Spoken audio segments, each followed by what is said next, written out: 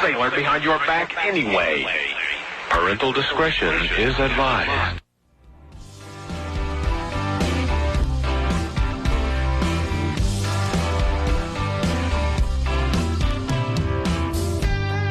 Daddy, I'm coming to see you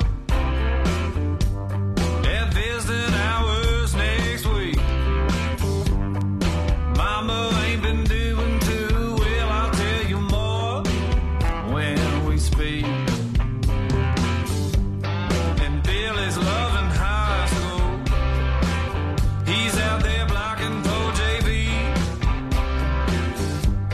I'm sure he's gonna come around by the time you get released. It's Friday night, the inmates go quiet.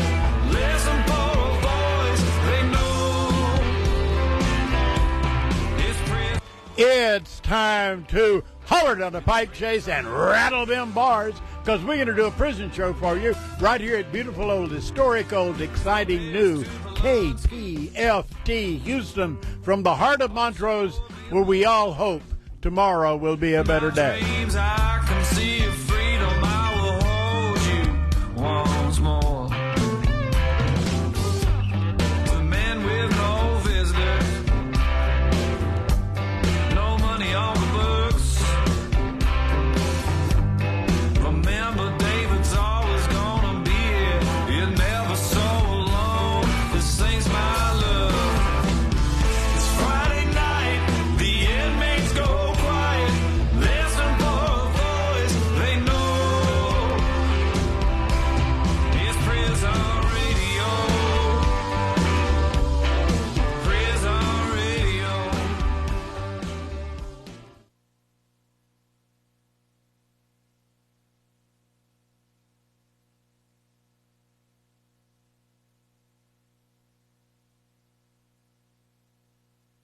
They want us to there. Now we go. Yeah. They were trying to control my voice. It was Javier's fault. Anyway, welcome to the prison show. It is September 8th, and we had a week. I know that y'all are frustrated. Everyone out here is frustrated. Everyone's frustrated. Woo. So a lot of things happening this week, but David has lined up a great show tonight. A great show. We have Keri Blakinger. Yay, Keri. And yeah, I'm because I got to look at my phone. So there was a memento of hesitation. Keri's here, the author and reporter for the LA Times, discusses Billy Wardlow and the current Texas lockdown. Paul Morgan is in the house. He's the attorney at law, and he's going to recap the Ken Paxton impeachment. Woohoo. Okay, Gloria Rubac of the Texas death penalty abolition movement interviews Pamela Perillo, who was initially convicted of capital murder and sentenced to death in 1981, but was released from TDCJ in 2019. Can you go tell them to turn it lower? Okay. Maybe. Turn it down. Yeah, turn it down. Okay, so we have a great show lined up this evening, and we know that things have been rough out there.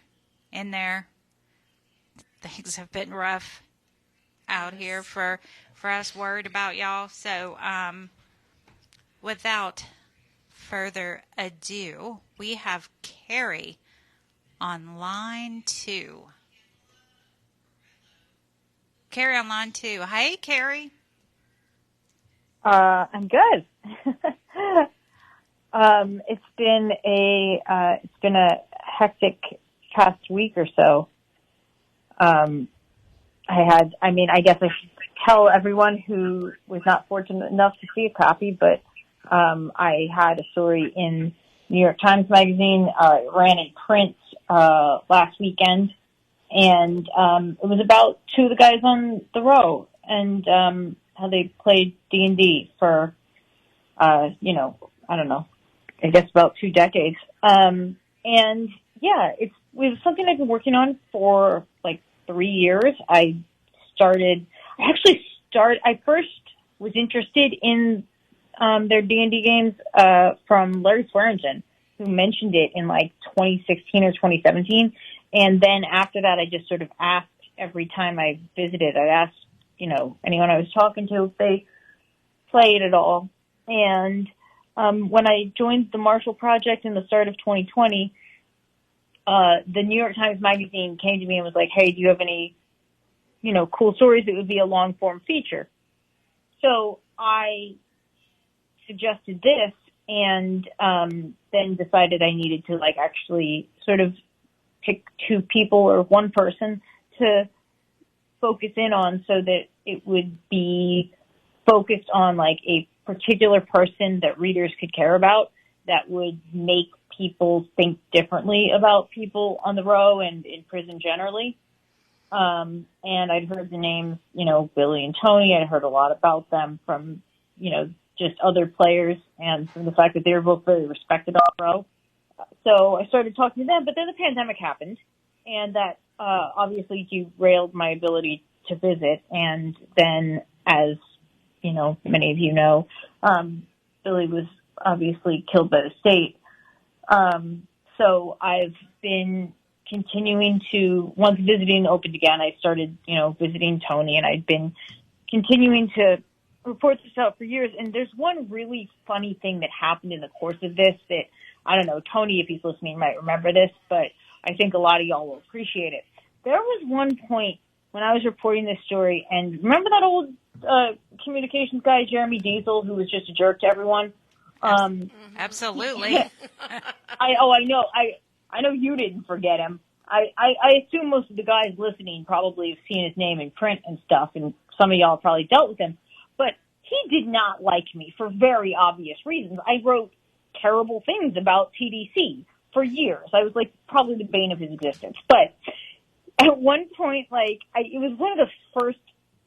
It was like one of the first few visits after the pandemic restrictions had lifted, and I showed up to this visit, and he was mad at me for something or other, I think, and was just trying to sort of intimidate me. So he sat down next to me and, like, picked up the other phone to listen in on the visit, which, like, they don't do that for media. Like, that's not a thing, They normally sit you down and they walk away, or maybe they sit there and they kind of eavesdrop, but they don't, like, pick up the other phone. And he actually had his knee touching my knee. He was sitting so close to me. So he's clearly trying to intimidate me. And I spent the entire hour asking about, like, Eberron. Like, I spent the whole hour asking these really detailed questions about the narrative, about the plot in their game. And That's watching awesome. his face, like, the utter confusion as, like, I kept asking these ridiculous questions. It was just absolutely delightful. Like, he was trying to intimidate me, and I just so completely threw him off balance. It was fabulous. So that was one of my moments of amusement in the reporting. I wish Billy could have heard that. So yeah, I've actually had a lot of, there's been a lot of response to this, and I know that, the people on the inside who read this probably don't have a sense of how much feedback, like, I've gotten, or how much response I've gotten. I've emailed with Tony some, but haven't gotten a chance to totally fill him in. But, it's nice because there's been a number of movie producers that have been interested, and then there was a couple people that were interested in trying to figure out if there's a way to take some of Billy's game materials and make a game from it that, like, proceeds could go to, some cause that would have been of Billy's choosing. And there's been some people with interest in, podcasts and stuff. And I mean, interest doesn't obviously, whether it's movies or podcasts or whatever, doesn't necessarily mean anything. Because, I've had other stories that I've written have producers like sign an option agreement, is what it's called, saying that, they want to do something with it, but then it doesn't always materialize. So it doesn't mean that it's going anywhere, but it's really nice to see that there's been this level of interest. Because I think that it means that I have the possibility that, this could be a movie, and that makes it more likely that I could, do a book on it. And I think that one really remarkable thing from the response that makes me really think it's incredibly important to keep going down this road is that when I looked at the New York Times site, because it was posted on the New York Times and the Marshall Project, and the New York Times, almost all of the comments were positive, which is so unusual for anything relating to death row, but also it's really unusual for anything relating to something vaguely positive in prison. Usually if I post on Twitter or on TikTok or Instagram or in a story, anything that shows some grain of something positive that people can do in prison, there is somebody out there that's got to be like, why do they deserve that? Why do murderers deserve that? Because they just assume everybody in prison is there for murder. And that didn't happen this time. And I don't know what to make of that. I don't know if I just wrote the story well enough. I don't know if it was just people were so taken aback that it was Dungeons and Dragons. I don't know if it's because, Dungeons and Dragons players were the people that were leaving the mean comments before, and now they like it, so there's no mean commenters left. I don't know why, but it resonated so well with people that it makes me think that, doing this at even greater length for a bigger project would bring this to a lot more people who might be willing to look at people in prison differently when it's through this really unexpected lens. And I grappled with this as I was, spending all this time reporting it, because I was like, I hope that people don't read this and just be like, neat, they play D&D. I want people to understand, the point of this was greater than that. To me, this was a story about, obviously, the fact that, these guys are regular, people that have, feelings and friends, and they're just like everyone else, because people who haven't done time or been around people who do time, don't get that. They just think we're all sort of faceless numbers in there. And I thought that this would really show a human side, but I also thought it would be a really good way of showing how horrible, how horrible it is to put people in long-term solitary, by showing, instead of just saying solitary is bad, saying here's the lengths and the creativity that people have to go to, and here's just some of the crazy things they have to do and overcome on a daily basis to be able to do something as simple as Dungeons and Dragons. Not that it's a simple game, but it's not a simple game by any means. No, I still could not create a character. No. But I'm very happy with how positive the response has been, and I hope that sure, this isn't a story that is getting anybody indicted or getting people dentures or whatever, but I hope that this is a story that it seems like it can have some ability to change the way that some people think about these things, hearts and minds, that sort of thing. So, it's been a great response, and I'm so grateful for all of the people who were willing to put up with my endless questions, because it obviously wasn't just Billy and Tony. I talked to so many other guys on the row in the course of this about D&D and about all the gaming generally. So, So and you know how grateful I was. I mean, that story was incredible, and it just made him human again, and I appreciate that very much. Thank you. It was really incredible. Hey, Keri, Thank do you you. know anything about the Mhm. the Texas lockdown going on right now? I mean, I think I've heard the same things we're all hearing. I don't feel like I've gotten anything definitive enough to sort of do anything with it. I mean, the main things that were really interesting to me were I've heard a lot of allegations about a riot on Styles that factored into this, and then obviously I've heard some things about this Polonsky death and torture and whatever. I haven't gotten any firsthand, like, eyewitness accounts of either. So if, anybody that, I mean, I'm on, JPay, Securus, whatever. If anybody knows someone who's a firsthand witness or, wants to reach out to me that way, I'd be interested in nailing something down. I obviously generally can't write about Texas now in my current job, but on occasion, if I can frame it as a national story, like, I can probably get away with it. And I was kind of hoping in this case that, if I could get some good details on the Polonsky death or on the situation at Styles, and write about the lockdown as relates to those specific egregious incidents, then I was hoping I might be able to get an editor to let me write about it. So, I've been poking around. I've seen what some staff are saying, but I haven't found any staff that directly saw these things. So I've put in some records requests, I'm poking around. At Styles, I do find it interesting that the phones are turned off, at least to my knowledge. They're turned off. Oh. I don't think I have anybody at Styles right now. Like, that was like, I used to have a bunch of people I talked to there that had cell phones, I don't think I even know anybody there right now. So I'm a little in the dark on that one. That's good. Well, I do have a couple of people I'm friends with, and over at the Styles unit, and the phones are turned off. And according to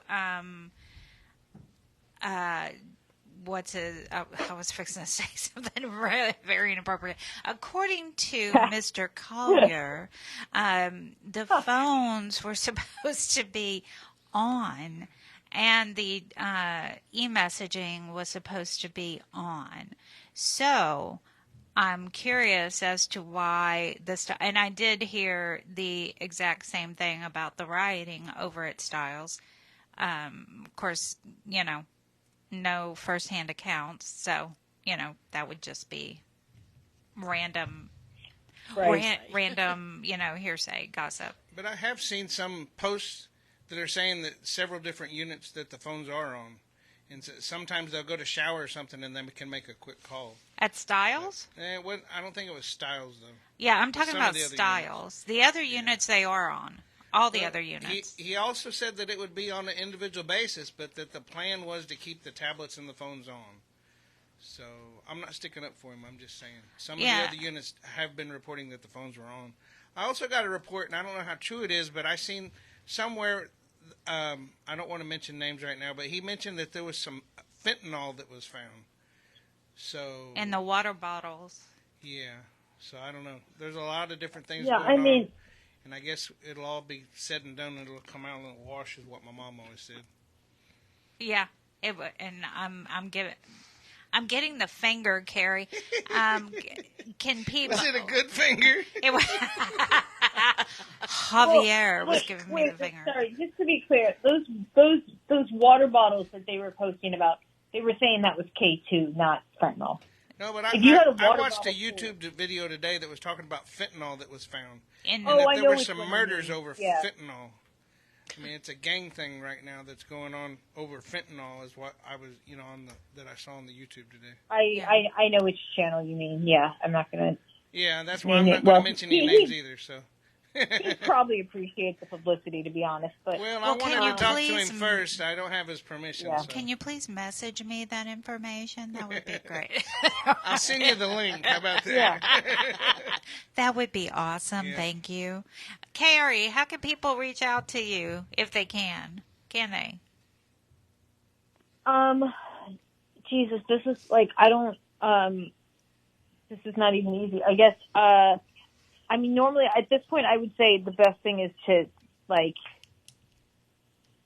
get your loved one to email me or something. Okay. Because, so that would be a no. You have to have someone out here to reach out. Yeah. So me and Linda. I mean, I'm on like, well, wait, I'm on Securus. Like, they can't add me, right? I have to add them? Correct. Okay, hold on. You know what? Let me just Google the LA Times mailing address. I actually don't know what it is. Some people found it, though, because I've been getting jail mail. Okay. Jail mail. So, yeah, but you know what's wild? I'm not even getting jail mail from LA. I'm getting jail mail from, like, North Carolina and, like, Wisconsin. What weird the hell? places. Like, I've literally never written about Wisconsin.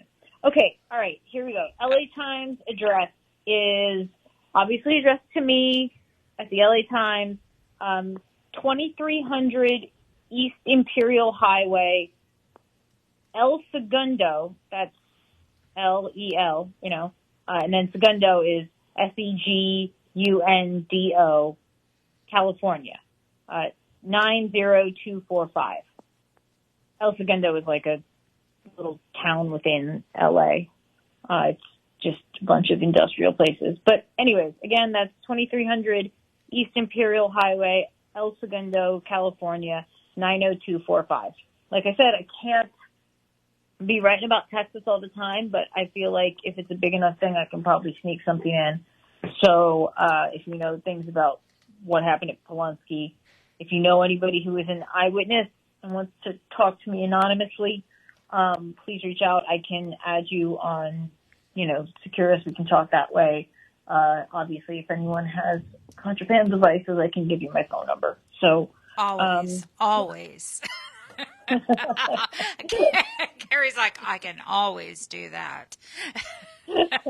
You're awesome. Well, we got to wrap it up because I'm getting the finger roll now. So thank you, Keri. We will talk soon.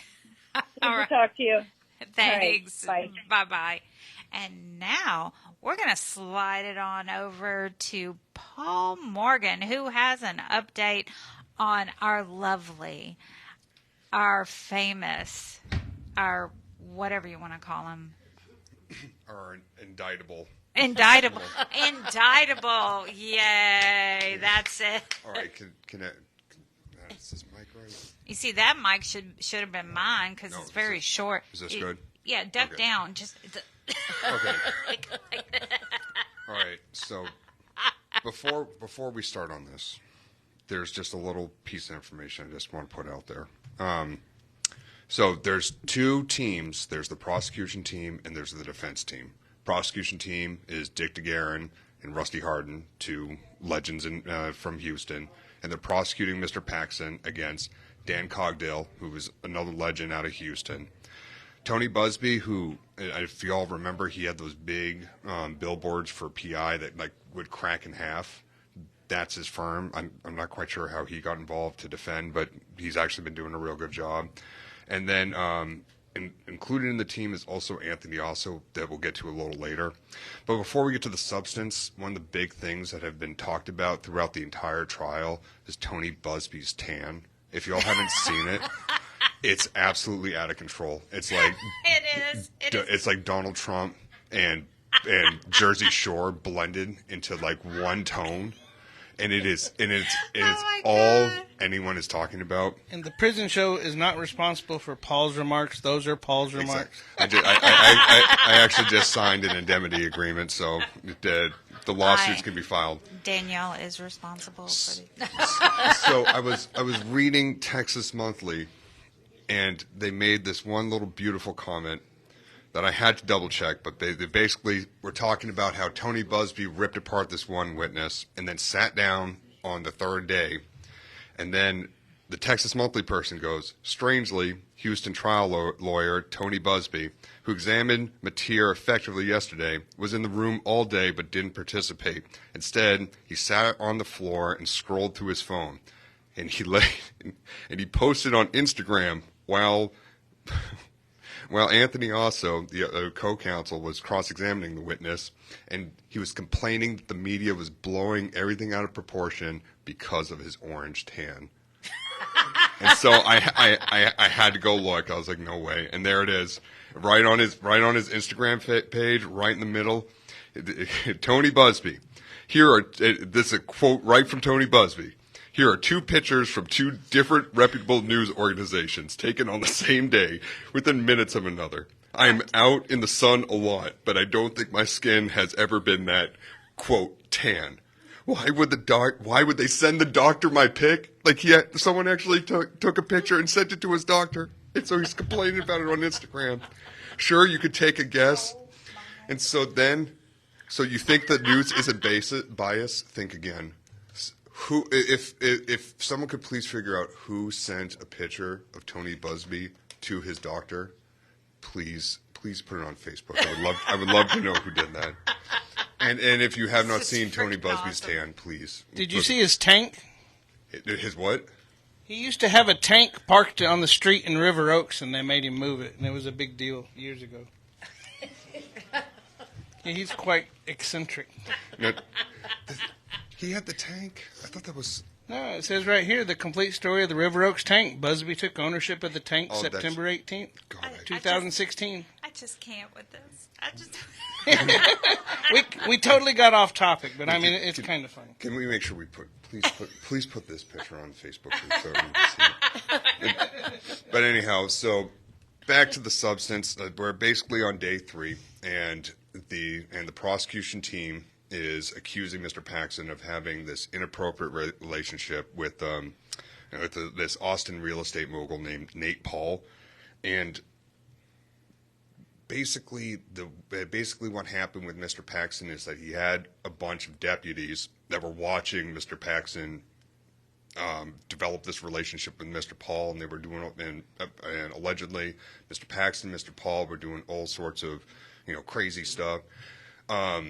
According to the prosecution team, Mr. Paxton was creating these fake Uber accounts, and they was going out to these secret lunches where he was feeding Mr. Nate Paul information that the FBI was looking at him and was trying to indict him for all this stuff. And so apparently, according to the witnesses, Mr. Paxton was getting really obsessed over Nate Paul and was pressuring all of his deputies to release this information and to intervene in these lawsuits. And one of the big things apparently Mr. Paxton did is that he hired this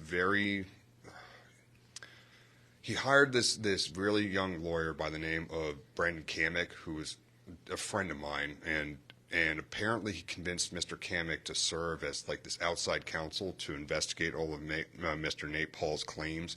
It has been what I thought would be a very small part of the suit. It has been an ongoing thing for 3 days straight. Every witness has spent at least a couple hours talking about it. And man, this lawyer's barely 5 years into his career, and he's already getting he's getting tons of airtime over this. It's just real sad. So the first witness that the prosecution called was this guy named Mr. Mater, and I just want to start off with saying I think Mr. Paxton should just be impeached for hiring this man because he's awful. He's just the world's worst witness. He can't say anything under 30 minutes. It takes him forever to say anything, and Mr. Hardin's directing him, and every 2 questions Mr. Hardin will have to say, "Oh, you're taking too long," and he just cuts him right off, and then they're always going back and forth. And Rusty Hardin's the most patient man on the planet, and you can just see his patience slowly wearing off. And so what Mr. Mater was essentially saying is that he dedicated himself to the AG's office, and he really believed in Mr. Paxton, and Mr. Paxton was going to make sure Texas remained Christian and all this craziness. And so he started to see this, and then he started to see Mr. Paxton lose his patience and drinking, and he started drinking and had this outburst about hiring Mr. Kamek for Mr. Nate Paul, and so he rested, and then Tony Busby got up there and just completely mopped the floor with him. It did. He did like the news, all the news outlets and everyone that covered it basically said Tony Buzbee just absolutely blew the man out of the water. Like I didn't even have a position on whether Ken Paxton should be indicted or not. But once I was done with that, I was like, no, he shouldn't be indicted. Like that guy's an idiot. And one of the things that they really were hammering Mr. Matera on that I didn't really even think about till the end of it was that these group of detractors, these whistleblowers, ran to the FBI over this Brandon Kamek, Nate Paul relationship and gave the FBI tons and tons and tons of information to like get him investigated. And still to this day, the only person that's been indicted is Nate Paul. There's been no federal charges that have ever been accepted against Ken Paxton. All of his stuff is securities fraud. That's it's two different things. So Mr. Paxton has never been indicted federally, and charges have never been accepted federally. And I really thought that was kind of an interesting. Really thought that was like an interesting little tidbit that was added. Then after Mr. Matera was released, the next guy, it's like Brandbert. It's another deputy. This guy was like, Mr. Bangert.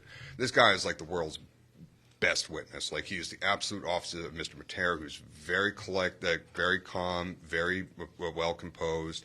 I think he was like a partner at some huge firm. And the person that took him on is a gentleman by the name of Anthony Osso. If that name sounds familiar, if you remember, do y'all remember the Deputy Goforth case? Mm-hmm.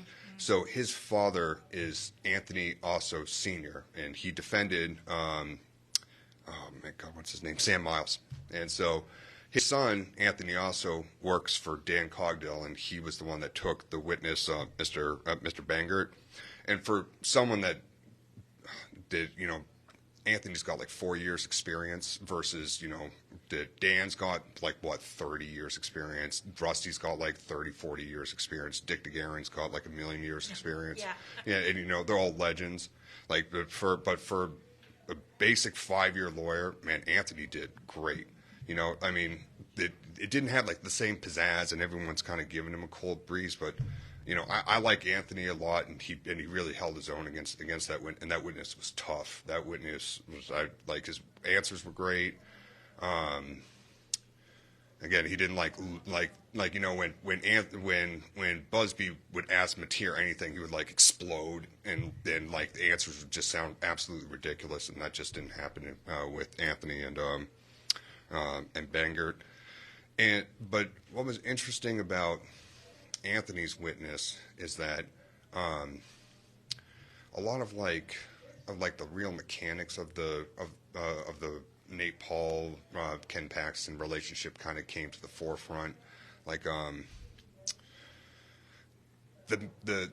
extent that he went through to get the Brandon Kamek contract was really crazy. Apparently there are these steps that they have to do to get independent contractors signed on to the AG's office, and Ken Paxton apparently was just like, nope, we're not doing that, stomp that out, we're going to hire him, and it was just like constant feuding and conflict, which, again, I thought to be rather interesting. There are 20 ways that they're going to try to impeach Mr. Paxton. They're all posted, and they start from their disregard of official duty. They go all the way to bribery. They talk a little bit about misuse of official information that Mr. Kamek is specifically named. These guys that ended up all defecting, starting with Matera, going to Bangert, and then I think the other guy's name is Bosser. Oh my God! Actually, if I have a few minutes left, I'm going to end on this. So, when Mr. Buzbee was crossing Mr. Matera, he kind of he tries to do like this like folksy like what in the devil type thing. And he threw this statement out. I had to ask my wife if she had ever heard it. He goes, "Haven't you ever heard that there's no such thing as coincidence in Austin. Doesn't everyone say that? Have y'all ever heard that? Have y'all ever heard that saying?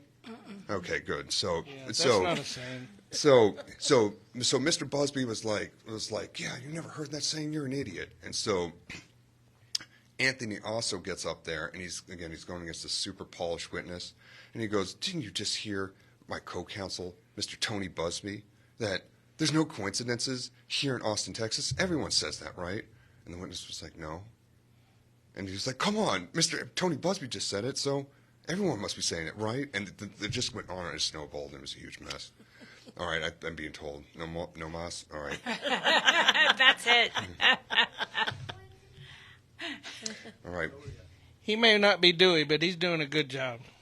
He is doing a good job. Yes. And I appreciate the all the information you're giving us. I know Channel 2 said that the only thing that us as a layman can understand is bribery. It wasn't Channel 2. It was the old judge, the one that just got replaced. I can't remember his name. But the current judge. You're talking about yeah, anyway, Patrick, Dan Patrick? No, the judge. The judge? They were interviewing him, the Harris County judge. He said that the only thing that the layman will understand is the bribery charge. Everything else is over our heads. I'm like, you go into a prison and see what's over their heads. They'll be some of these. They don't give us enough credit. Yeah, no, they don't. Well, we thank you very much this for was fun. all the information. Yes. I know everyone is really interested in what's going to happen to him and Tan Man. Oh, yes. And remember, You know, there's no such thing I as know we're out of time, coincidences. but Paxton made a good statement, though, and he did say everybody knew whenever they voted me in who they were voting in. And, I mean, I called it quick. I mean, I asked a lot of people, why did you vote for him? He's a criminal. But, I mean, he acts like it's normal to be that way.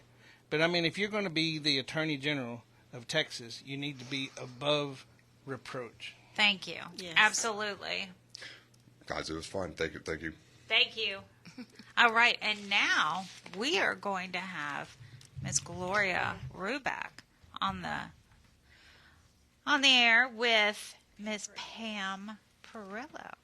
Pam was on Texas death row in 1980, and she got off of death row in 2019. Well, not exactly. Pam got off death row in 2000.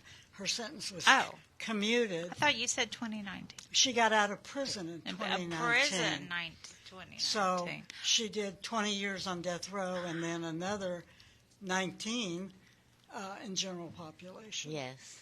So what I'd like to do tonight, because we don't, number one, we don't talk about the women on death row much because, well, right now there's 7 of them. When Pam got there, it was just you and Linda Burnett. But that was back in 1980. And they can't hear us over here. Right. We're working on that, though. What are we trying to do? Get a transmitter over A there? repeater. A repeater? That would be awesome. If there Why are weren't. you looking at me? He's looking. Anyway, go ahead. Well, I can't see who's looking at who. But first of all, we are really honored to have Pam here with us. She got out of prison in 2019. She was living in San Marcos for several years. And now lives in Hockley, which is very close to Houston. So she's able to work with the abolition movement.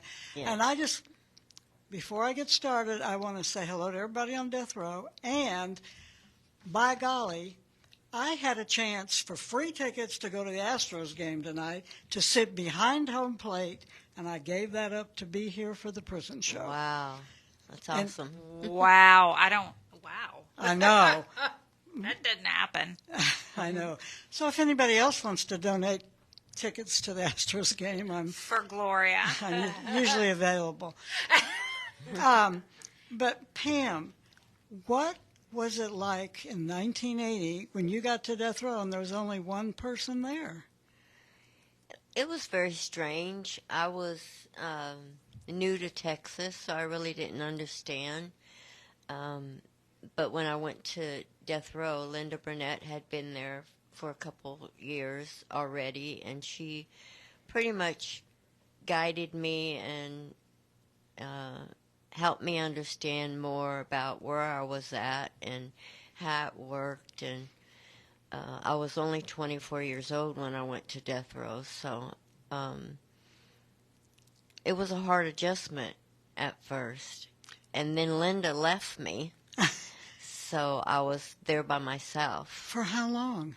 About a year. Linda's case was overturned in 83, and mine was overturned right at the end of 83. And I was, my case was overturned on a juror selection, and so they overturned my case. I went back to Houston in 83. I had cancer, so I had to stay in there for 22 months waiting on my trial. And then when I went to my trial, I got the death sentence again. So I was sent back to death row. And while I was in the county jail, an officer came to me and asked me if I would come to the 4th floor and talk to a young woman who they were seeking the death penalty on. And when I got up there, it was Carla Faye Tucker. Oh, my goodness. So I got to meet Carla in the county, and we became very close friends, and then we both went back to death row together. And it was Carla and I for a while, and then in 85, Betty Beats came. And right after that, Frances Newton came.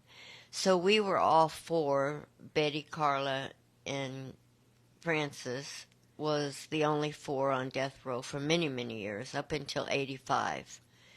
Wow. And then they sentenced Erica Shepard and Kathy Henderson, who also came to death row in 85. So then it was all of us, and they had to move us from the old death row to the psych center, the multi-purpose facility, and because we didn't have enough beds. So they moved us over there, and there was 12 beds over there.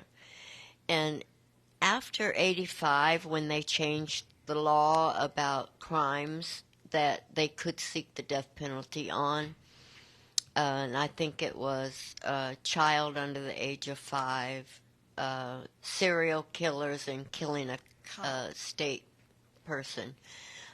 So when they changed that law, a lot more women started coming to death row. And so it just started growing. In 2000, my case was overturned again on conflict of interest and ineffective counsel. They gave the state 120 days to either retry me or let me go.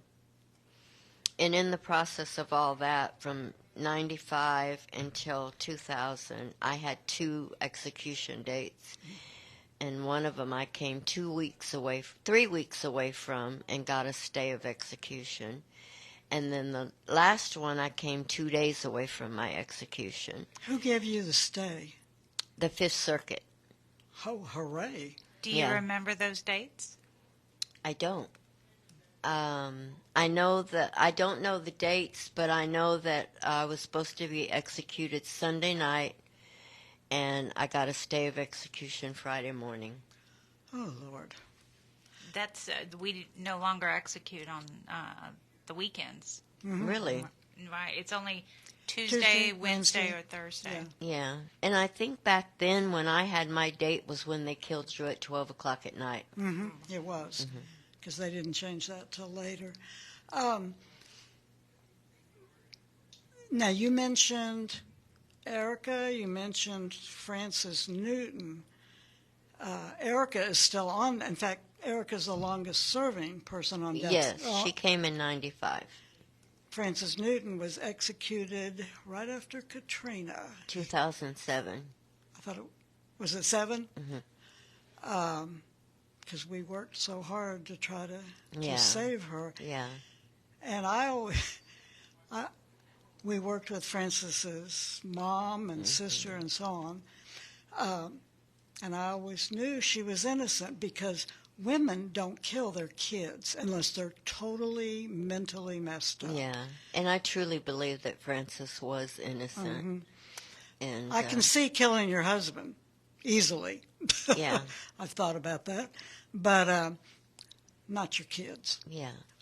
Now, I learned something interesting about you and dogs. Tell us about that. Well, I was on the Mountain View unit. Wait, how many more minutes do we have? 5. Five. Okay, I can't see anybody in there. Okay. Yeah, I was on the Mountain View unit, and they transferred me to the Lane Murray unit in '09. And when I got there, they had a faith-based dorm, and that faith-based dorm was Carla's dream. She wanted dorms of people that were serving the Lord or seeking to serve the Lord to get together in a dorm and be able to do Bible studies. So they opened faith-based dorms. So because that was her dream, I signed up for that. So I stayed in the faith-based dorm for 18 months. Right across the hall, they had a dog program, and I saw all these dogs. I hadn't even touched a dog in over 30 years. So I signed up for it, and there was a rule in that dorm that said if you had ever been convicted of capital crime prior or now, you couldn't be in the dog program. Well, we fought and fought and fought and just filed grievance after grievance, and they finally changed that rule. So I signed up for the dog program, and they accepted me in '09. And what did y'all do with the dogs? We trained service dogs for disabled veterans that needed mobility assistance, or they had TBS and TBSD or PTI. And we gave these veterans, male or female, their life back by these service dogs. We taught them how to put shoes and socks off your feet. They could do zippers. They could open a refrigerator and get a bottle out of the refrigerator. They could help you make the bed. They could carry your groceries in their mouths. These dogs were amazing. Wow. And it took 12 to 18 months to train a service dog, and then they graduated to their veteran. And we would have these big graduations in the gym where their veterans were receiving their dogs with a certificate. And one little girl got up on the stage with her mother crying, and she said, "Thank you so much for giving my daddy back to me." Wow. He had severe PTSD and was staying in his closet all the time and wouldn't come out and had very bad problems.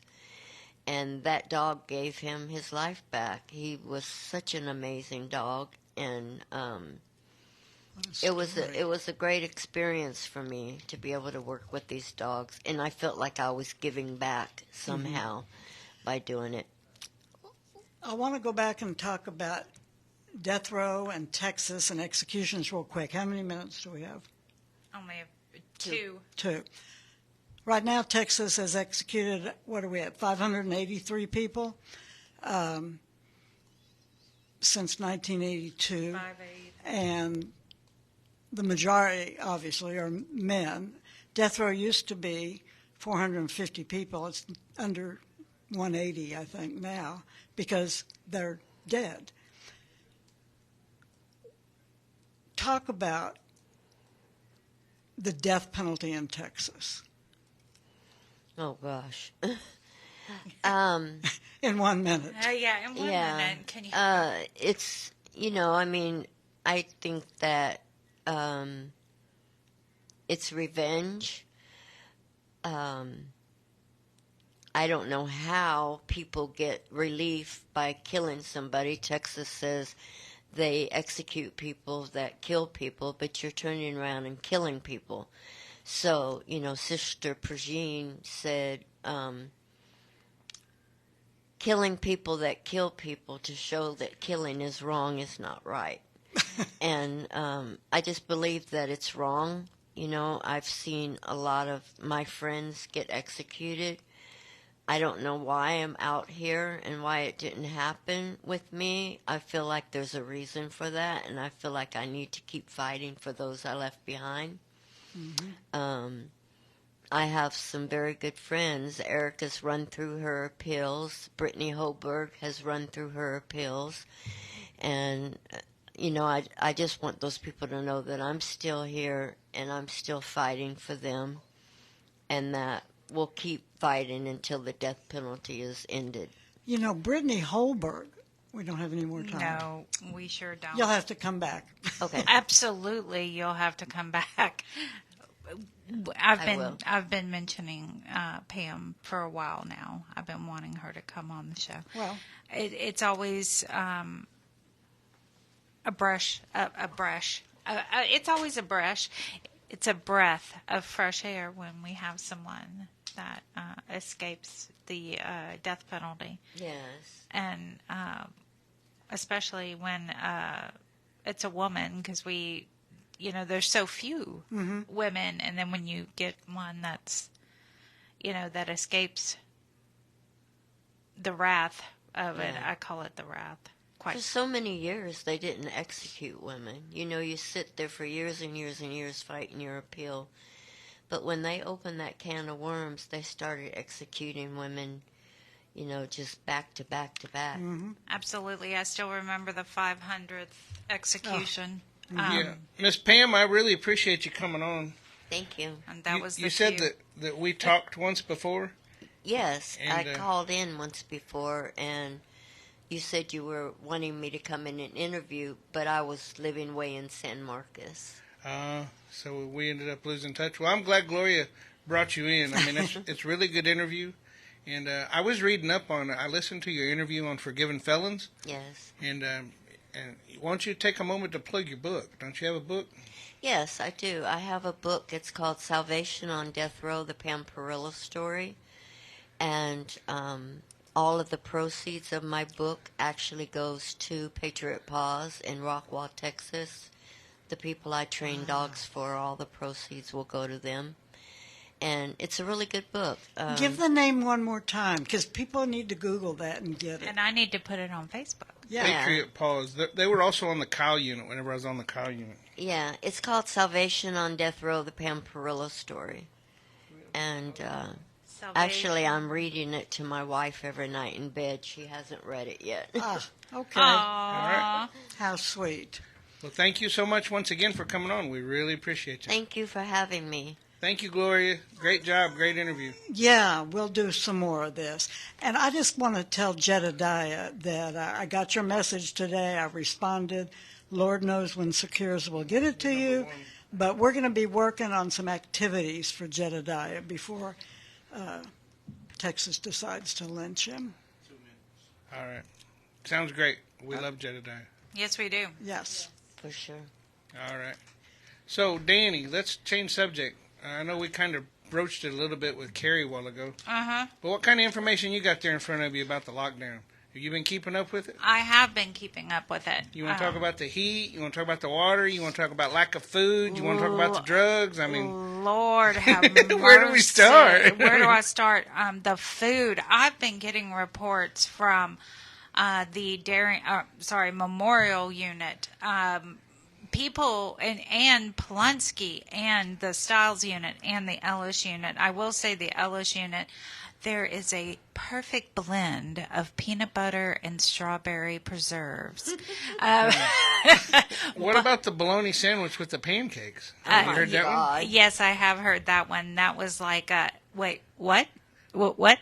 Excuse me? Yeah. But the rest, Polunsky,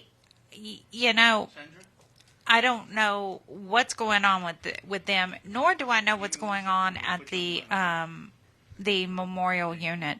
And it's not just them. The Hughes Unit is also, and I know the Hughes Unit is all the way up, by Gatesville. Yeah. They are, it's ridiculous. They're not given, one unit got two boiled eggs. That's it. That's it. All day? for breakfast, but they were they're fed feeding them every 12 hours, right? Every 12 hours. Supposed to be every 12 hours. And now understand, this lockdown came out of nowhere. Mm-hmm. So if you didn't go to commissary, if you had no food, you got 2 boiled eggs, 3 o'clock in the morning. 12 hours later, you have no water. And if you did have water, you got it from the sink, because they're not bringing around water. It's still hot as hell. Right. It's still hot as hell. They're not bringing around the ice water. Mm-mm. And these every unit is the same way. Styles unit, where we believe some of the issues started from, it's the same issue. They've got the phones turned off there, and I listened to that little video. I know what Brian Collier said. Oh, what a liar. And I sent you the link to the other video, and I also put it on our Facebook page. And on the Facebook page, it starts off, it says fentanyl. You can watch it for yourself. And I hate to interrupt, because I know that's such a big thing, but it's time to go on. You have been interrupting me all night. But our time, I wrote on the schedule, if you read the schedule, it says David and Danny, 9:50 to 9:55. That's not fair. I know. I told Javier that schedule is the Bible. We have to go by that schedule. I blame Javier. So it's all Javier's fault. It's Javier. But Javier's got an announcement to make. So if we listen real close, he'll make that announcement. So is my mic on? Yep. So tonight we're going to be listening to Droopy Martinez's new single, Maybe Another Time. You'll be listening to here at KPFT. Marinas. Should have read that.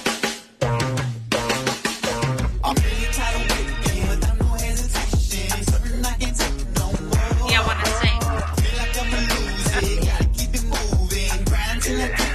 Woohoo! Ain't nothing funny, sonny. You hearing my stomach rumbling. You know they say time is money, so homie, don't waste mine. See competition gunning. My time with my lady wanting. I lead by example, so when it's on front line. I really came up from nothing. Now summertime I be stunting. No more flipping onions. Now they pay me to kick rhymes. Anyway, that's the dream. Retire my triple beam. Put on a fucking team. Legitimize our grind. The window of opportunity open. I'm ready. I keep it cool and collected. I'm holding down my spaghetti.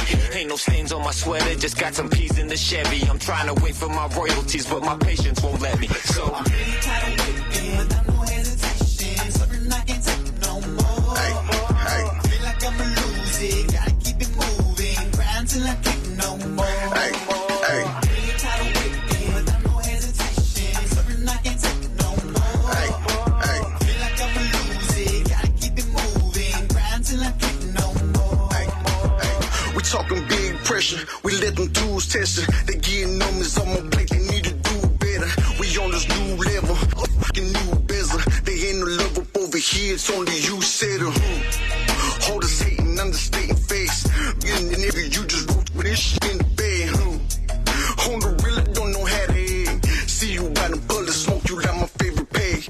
I got royalty inside my DNA. I really be up on the block, smoking blunts on where you stay. Really hustling off the horn, really moving off this place. Been the gangster in the game. I don't sleep too many ways now. I'm really tired of waiting without no hesitation. Something I can't take no more. Feel like I'ma lose it. Gotta keep it moving. Grind till I can't no more. I'm really tired of waiting without no hesitation. Something I can't take no more. Feel like I'ma lose it. Gotta keep it moving. Grind till I can't no more.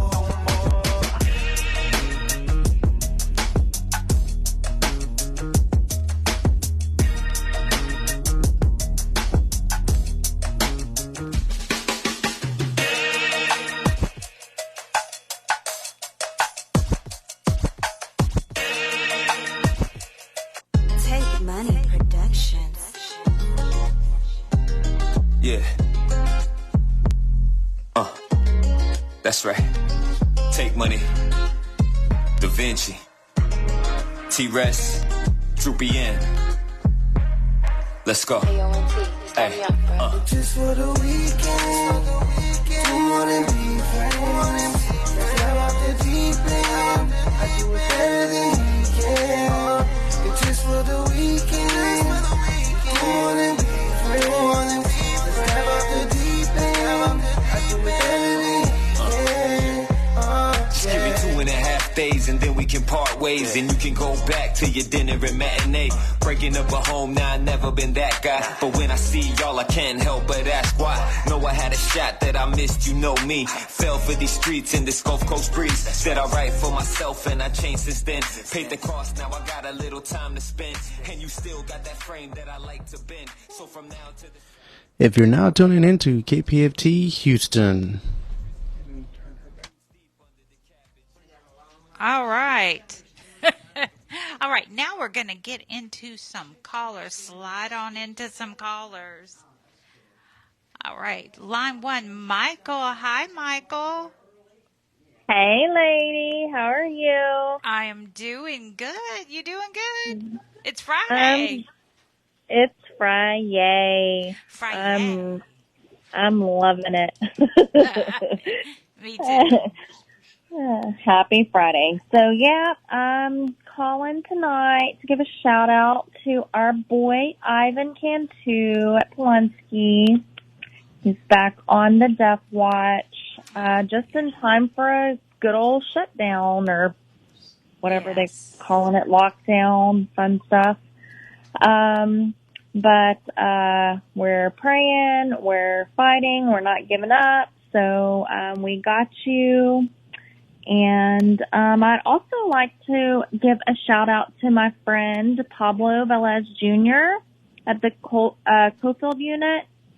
I keep up with him through Lisa, and just want to give him a shout out and say prayers to him as well. And if anyone is in the Houston area, there's a Lowrider Day Houston next Saturday, the 16th, at the Azteca Farmers Market. I will be there with Lisa. So she'll be talking about Pablo's case there, and we'll be sharing some info on Ivan. So come out and thank you, Where's that guys, again? for all that you do. It's the Azteca Farmers Market in Houston off Lyons. Okay. All right. I'll hit you up because that sounds like a good event, and I can throw it up on the Facebook page. Absolutely. I will send it over to you. Perfect. Okay, That great. would be great. All right. Well, thank you guys so much. I'll have a great night, and I'll talk to you soon. Thank you. Bye. Bye-bye. Okay. Caitlin.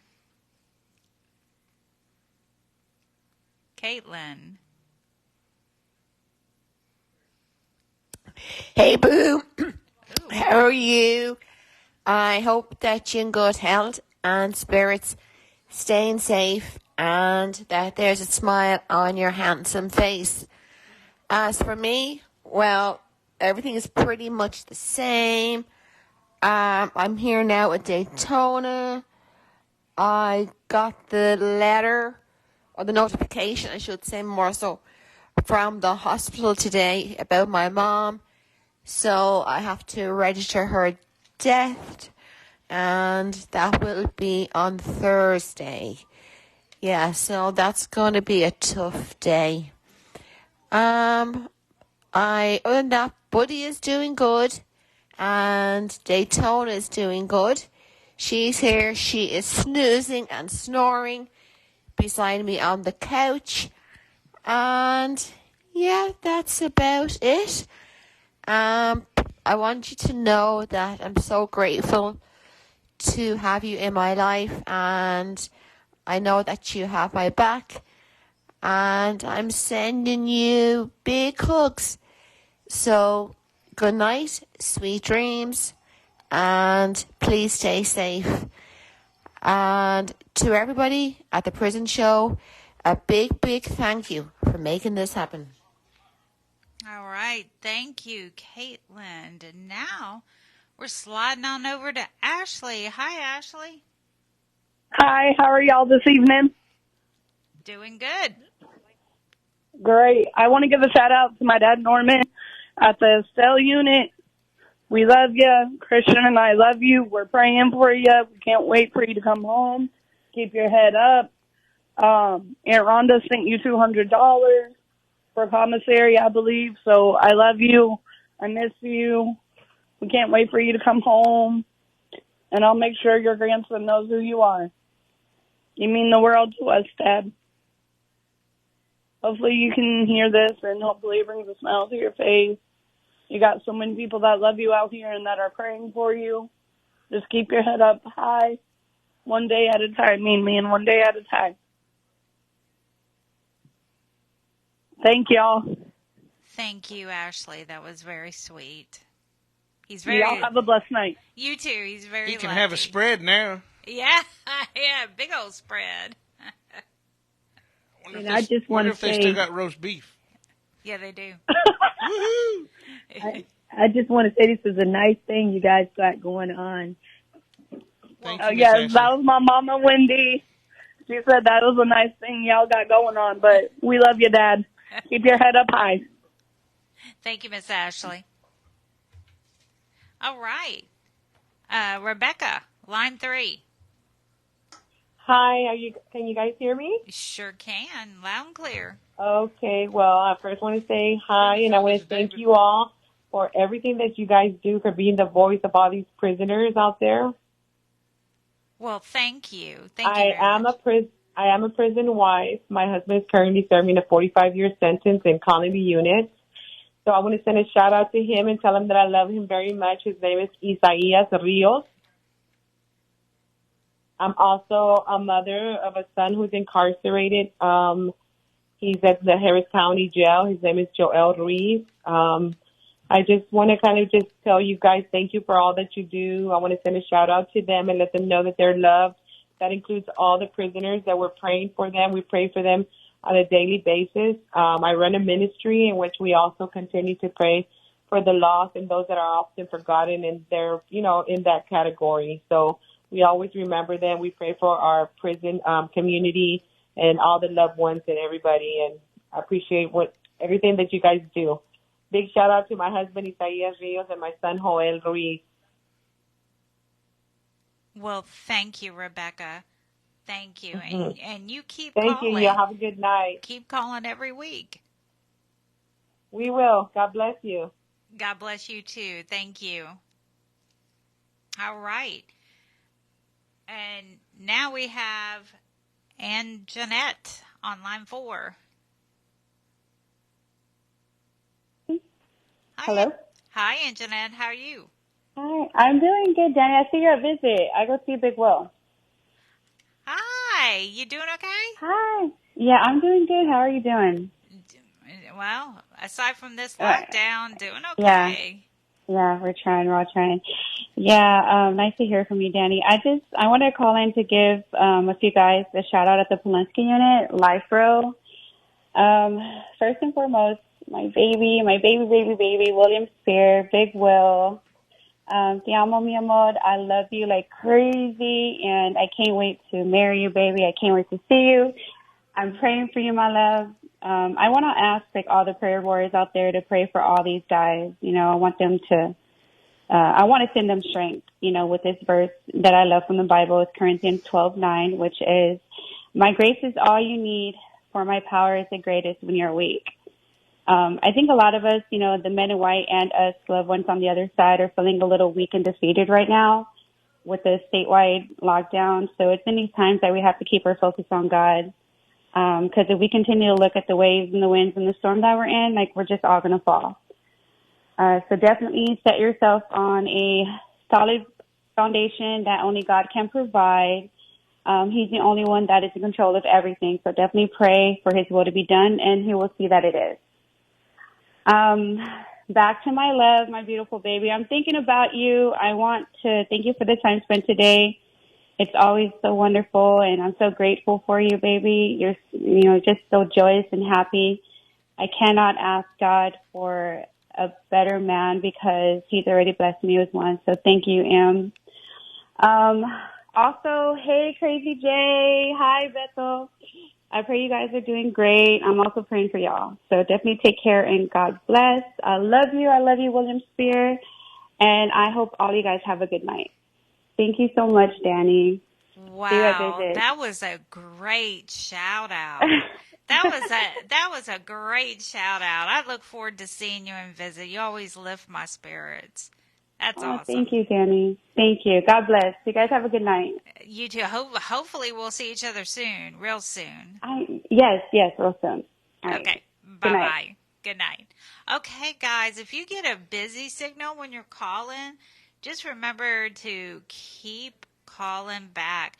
Our producer has a broken wrist, and when all the lines are busy and he's having trouble answering the phone, the lines, well, business is good, put it that way, as Ray Hill used to say. The phone goes, the lines go up and go back down, and it just keeps going in a loop. So just hang up and call back. All right. I can hear David from in here. Captain Tom is on line 5. Captain Tom. Danny. Hey, Captain Tom, how you? Well, I'm doing good. How y'all doing? Doing good. We're making it. Well, that's good. I'm glad to hear that. I'm going to start off with my shout-outs first. We have Arkansas, Juju, Leroy, John Armstrong, J.B. Anderson, Clarence Lee Bowman, Pete Steins. We have George Johnson. We have John R. Green. We have Stephen Young, Terrence Carmichael, John Wayne. We have Mike Dean, Robert Brown. We have Terry Lee Lewis. We have Samuel Harris, Robert Harris, Jacob Harold. We have Peter Torres. We have Thomas Mitchell. We have Bob Dunn. And we have Roger Jackson. And we have Charles McCabe, Willie Russell, Mitchell Shelby, Brian Morris, Patrick Lynn Beck. And I'm a little curious about this lockdown that just occurred. What's going on with that, guys? Well, it appears that they're trying to get control of the drug problem in TDC and how the drugs are getting in. And I guess the violence that's going on inside the prisons or so that's what's being told to the public. Wow. Well, I'm very sorry to hear that's going on, especially for the guys that are stuck in the heat. That's not a very good thing. And I'm going to tell y'all, hang in there, guys. Don't let this get to you. And stay cool, stay dry, you know, and keep out of the heat if you can. Also, you continue to donate to KPFT by going to kpft.org or call 713-526-5738 and push option number 1 for your donation and option number 2 for your studio. And also, you can text the word GIVE to 713-526-5738 and donate to The Prison Show. I'm Captain Tom, and now back to Cowboy Dave, Danny, and Linda. And y'all have a good night. All right. Thank you, Captain Tom. All right. Now let's get on down the line to Sandra. Hello? Hi, Sandra. How are Hi. you? Hi, I'm fine, thank you. How are you? Doing good. Go ahead with your shout out. Yes, I want to send a special shout out to my boyfriend that's in FCC Houston, and he listens to y'all every night, every Friday. So I wish that y'all can also pray for him because we're going through a lot lately, and so I really ask for a strong prayer for him. And want to tell him that I love him and I miss him, and I wish he was here already. Oh. What happened? Well, who's doing the phones, man? Okay. We have... We're having technical difficulties with line 3. Every time somebody calls line 3, they can't talk to me. So we jumped to line 5? Well, Janie was the one. Janie wasn't talking a while ago? No, it was line 6, Sandra. Okay. I hit all 3 buttons trying to drop line 3 so that it would start up. But Janie's on there if you want to talk to her. Well, absolutely not. I don't want to talk to Hi, Janie. Janie? Yes. How are you? I'm fine.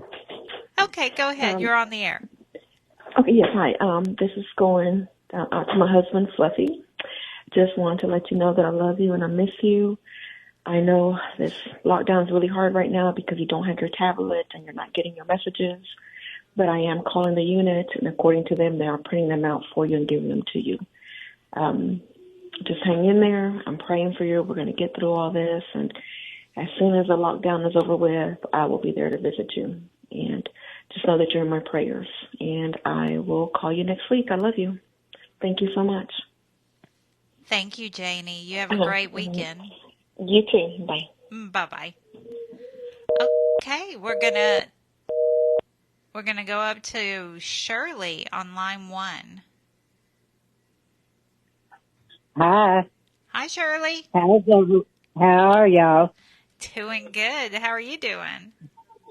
Just fine.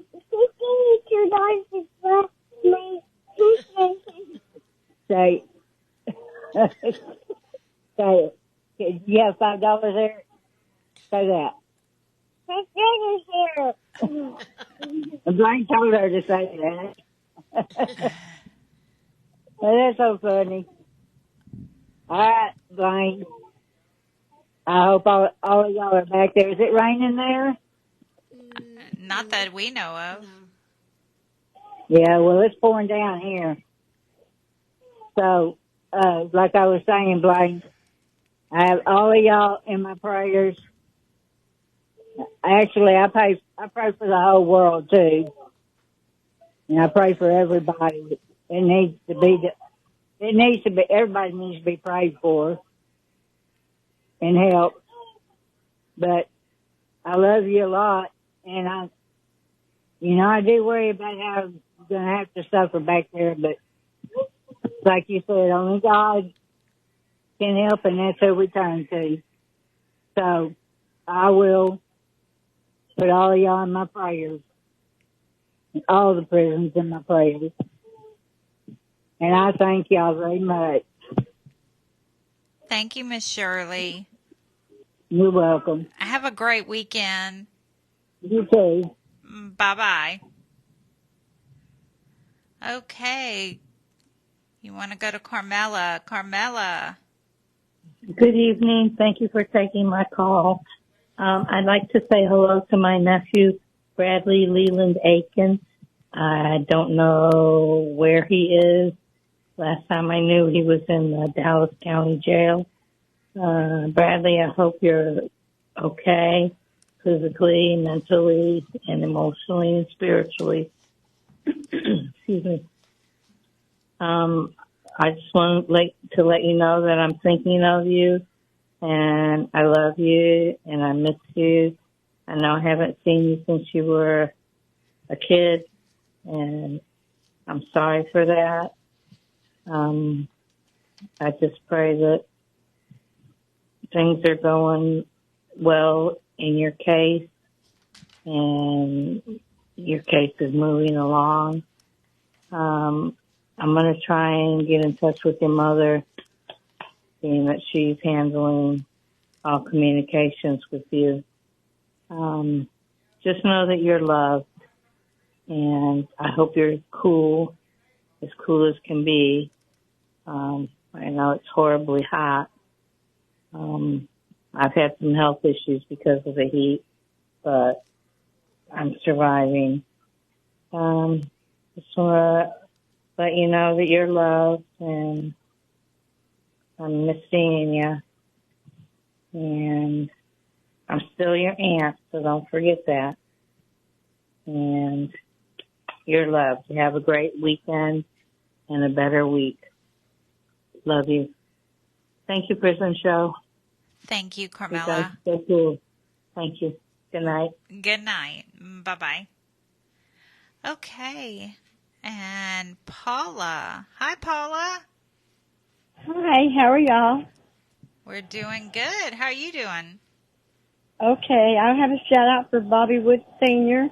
I love you, and hopefully before Christmas or Thanksgiving you'll get out. The board, as soon as all the Smith gets through, the board will see him and let him get out and come home and everything. So we're just waiting on that. And a shout out to his son, Bobby Jr. at Plumsky Unit. He told me to tell, his dad told me to tell him he loves him too and everything. And everything's going to be okay, I think. Hopefully he'll be out by Halloween. That'd be my good trick-or-treat. Yeah, that would be. And thank y'all for everything. And y'all have a blessed day. Thank you, Paula. You have a blessed day, too, and a great weekend. You too. Bye-bye. Bye-bye. And it looks like Manuela is up on line 5. Hi. Hi there. How you doing? How you doing, Manuela? I'm great, thank you. How are you doing? Nice to hear you. Yeah, missing you. Missing you too. Hopefully we'll see us very soon. Yes, please. That we keep you next time you come. We're going to keep you. Oh yes, that's a good idea. So bring your cat. Yes. No, I don't go with my cat nowhere. Not for a longer time. So now I want to make my shout out to the love of my life, my Robert. I want you to know that I'm always thinking of you. And I miss you so much. And I do hope and pray that you are all right. I'm okay, the family too, the cat too. And I wish that I could be there with you, by your side, for always and forever.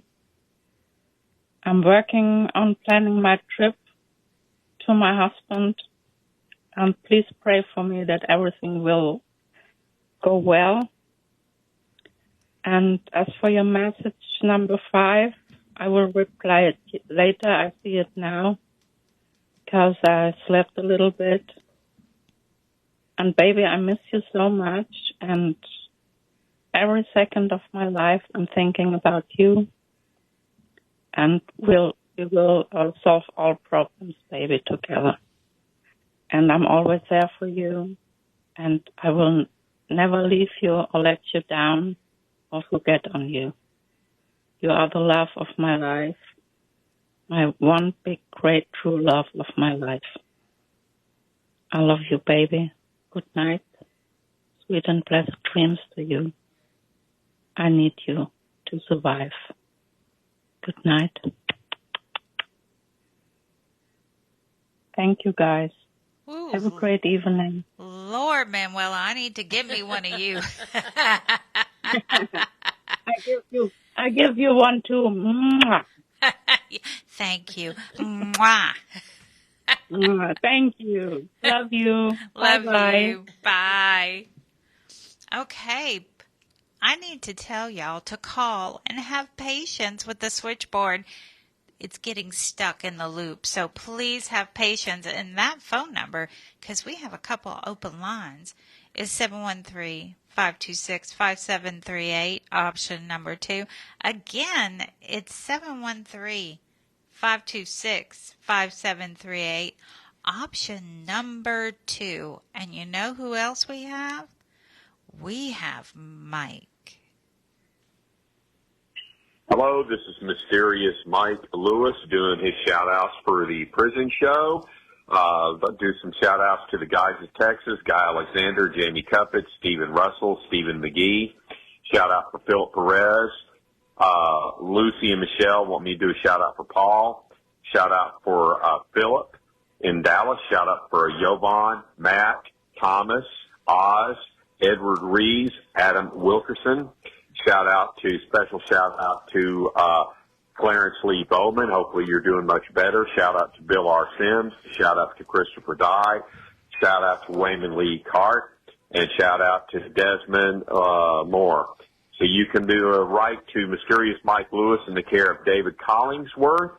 And also this is anniversary of the 1900 storm that blew into Galveston and sadly killed 6,000 people. And let's do a memorial to the people in memory that died in the great 1900 Galveston hurricane. And now back to the prison show. Okay. And what is that address? That address is the prison show 226 Chipmunk Trail.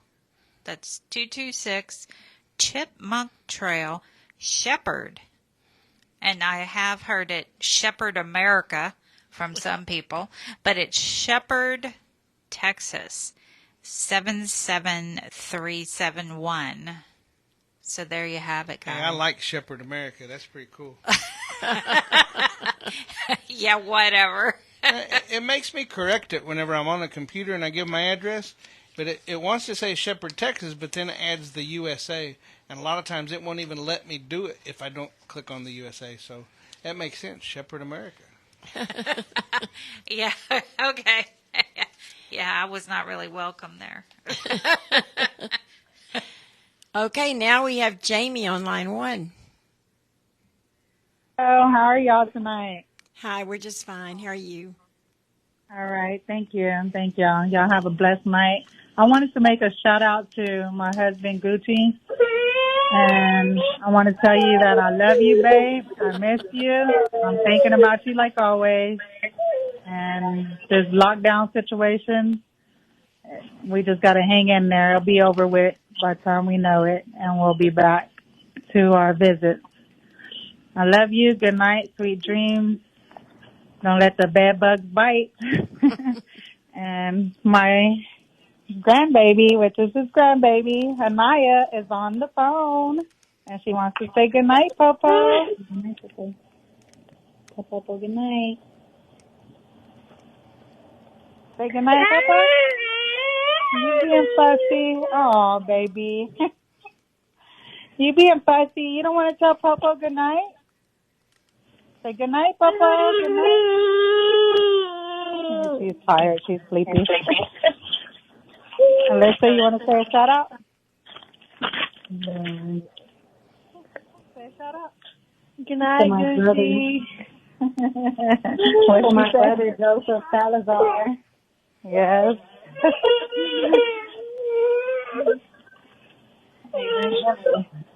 No. Can we do a shout out to somebody else? Yeah, to Joseph and or whoever you want. Hi, Gucci. Good night, Gucci. I love you, Joseph. Wish to see you, brother. See you soon. Jeffrey say, good night, Joseph. Good night, Gucci. Keep your head up. Joseph. Good night, Gucci. Mom, y'all will both be home soon. Say good night, Gucci, and good night, Joseph. Good night, Gucci, and good night, Joseph. What else you want to tell them? Anything else? Have a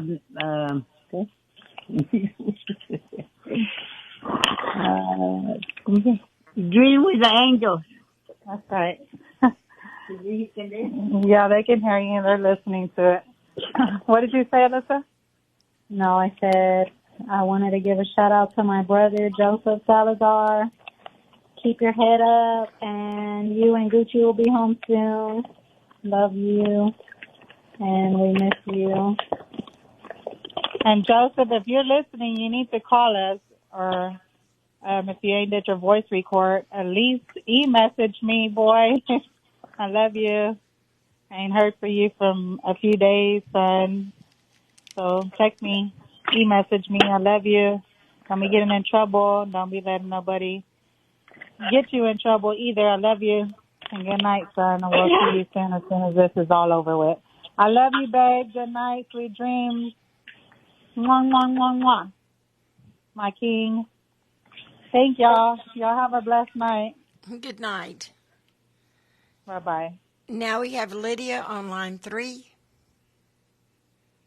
Everyone, good evening. Good evening. Hello, Papacito. Finally finished just a few minutes ago. Cleaning up and putting stuff away, and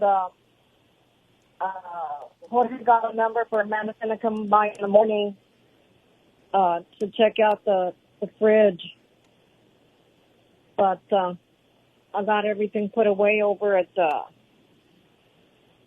in the back, and hopefully this man will come by tomorrow and check the refrigerator out. But we're good, mijo. I'm good. Just a lot of work. Okay. And hopefully we'll be able to visit soon. Well, I'm glad I had a visit last week, everyone. I visited Thursday, but I know this is going to be long. I'm sure it is. But you hang in there, guys. Know that you are in our prayers. Jedediah and William and all you guys, know that you are thought of, okay? Send my saludos to Guido, to Rudy, to Juan, to Eric, Blaine, Moises, Roderick, Ivan. Know that you're thought of, okay?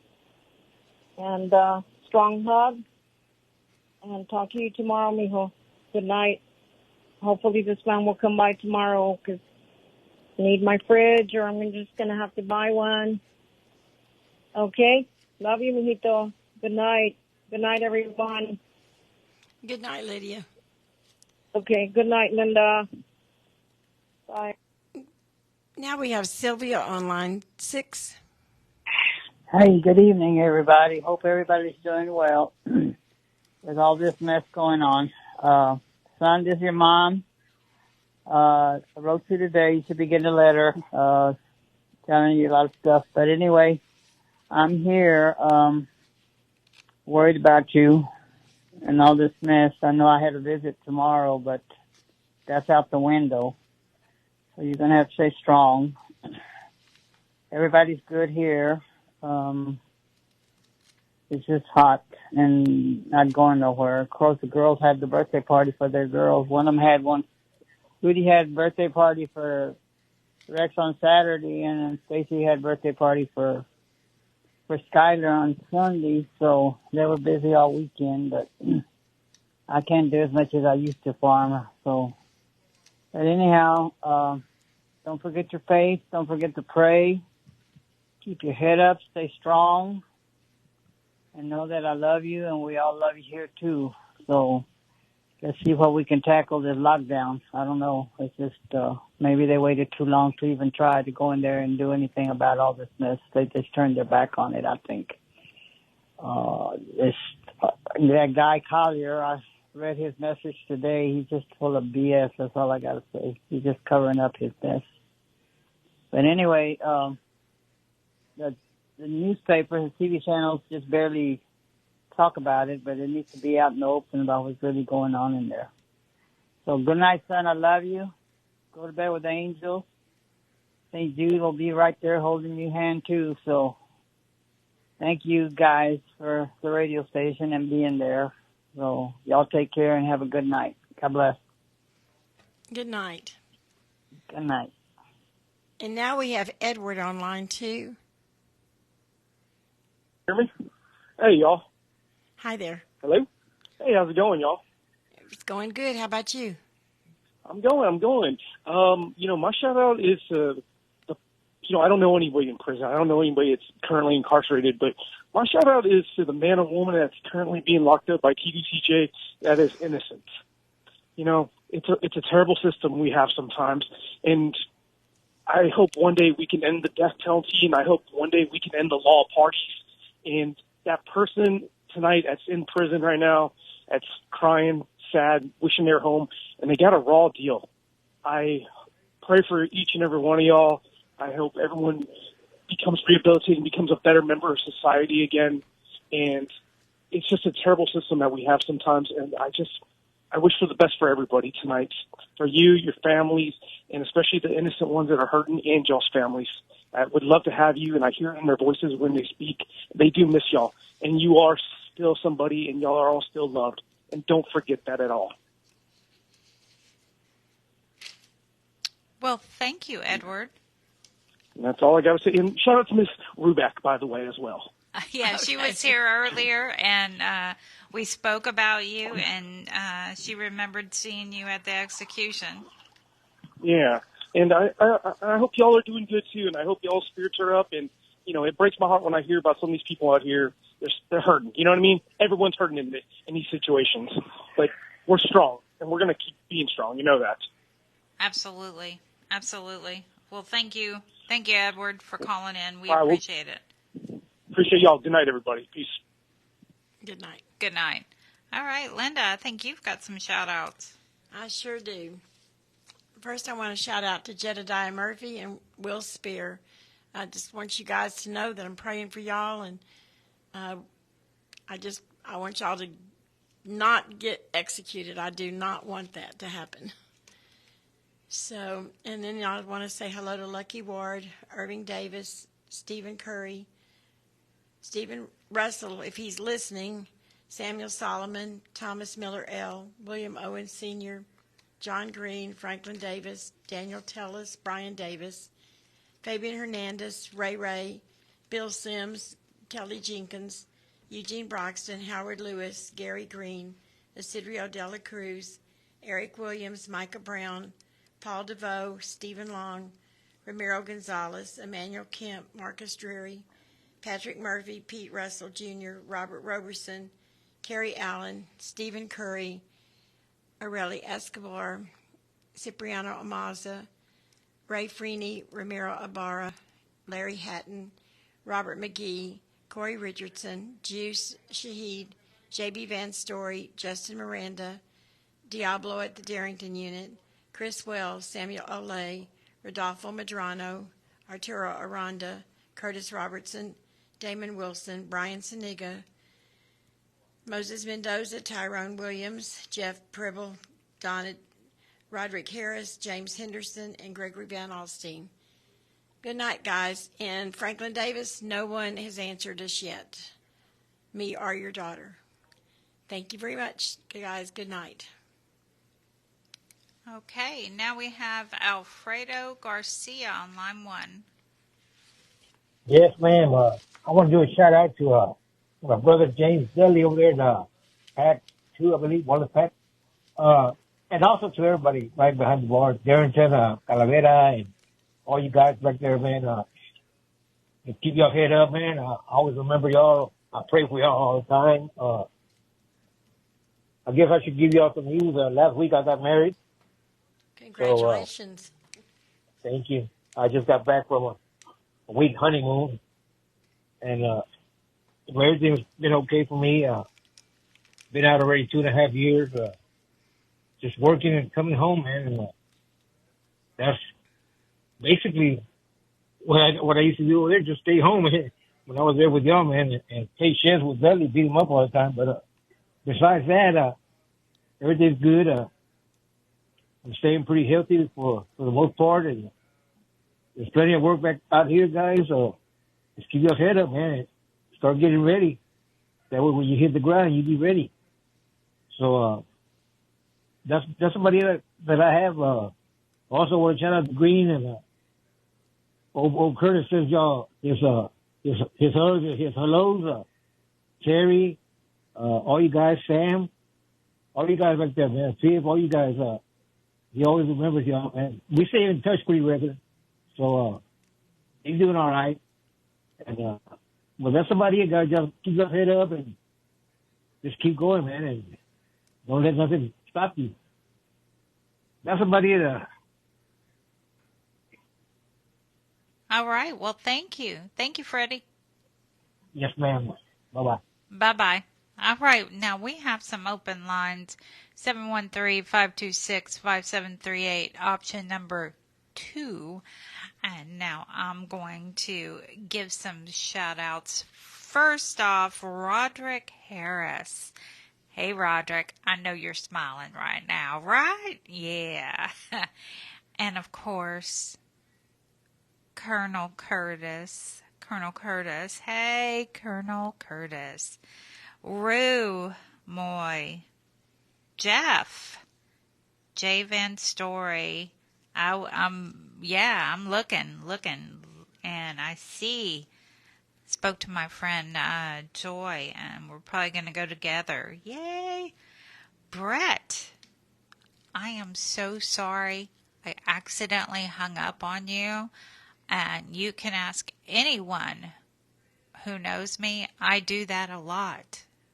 I drop the phone, and now that I have one of those new funky flip phones, I do it even more. So call me back. Leroy at the PAC unit. Hey. Larry at the Huntsville unit. Hey. Joel over at the Memorial unit. How you doing? Where's your friend? She hasn't called lately. Paul DeVoe. We got the pictures. I got the pictures. I sent them to Linda. We look stupid. I'm telling you, I don't know. We look stupid. I sent them to you, so hopefully you get them soon. But I was like, oh my God, why do I don't know. Linda and I just look stupid all the time when we take photos together. And then you throw in you are in the middle of two stupid looking women. Anyway, hey Creeper. Hey T. Hey. Big head. How you? Brian Bolt, Kevin Stewart, and of course, Rexalicious. I want the whole story, Rex. Yeah, she was in the presence of Rexalicious, and Chili Red gives his hey to everyone on the row. Yeah, he was. I talked to him earlier today, but yeah. Anyway, Linda got to hear. Or was in the presence of the famous Rexalicious. Earlier today, it was awesome. Oh, it was fun. Yes, of course. And I moved today.